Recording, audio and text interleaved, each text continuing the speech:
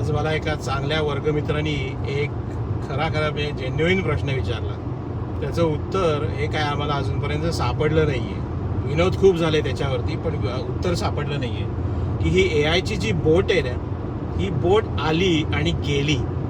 हे कसं वाटतं की आम्हाला क्रिकेट समजतं, आम्ही क्रिकेटमधले दादा आहोत, पण आम्हाला वर्ल्ड कप कधी मिळालाच नाही, एंट्रीच मिळाली नाही. पण मात्र चायना वर्ल्ड कप घेऊन गेली. हे जसं हास्यास्पद आहे, तसंच हे AI ची बोट आली आणि गेली. आम्ही एवढे त्यात रुतलेलो होतो. असं नव्हतं की आम्हाला कम्प्युटरचं ज्ञान नव्हतं, की आम्हाला कम्प्युटर माहितीच नव्हता. पण ह्याच्यामध्ये आम्ही कामही केली, कदाचित तासनतास मारतही आहोत, त्याच्यामध्ये मारले पण आहेत, बिलिंगही पण केलंय. पण असा युक्तिवाद नाही करता येत की आम्ही कामं छोटी छोटी करत होतो, पण आम्हाला कळत नव्हतं की ती AI ची बोट बनत होती. तर ती भले ती टायटॅनिक बोट असेल, पण ती बोट बनत होती हे कळत नव्हतं.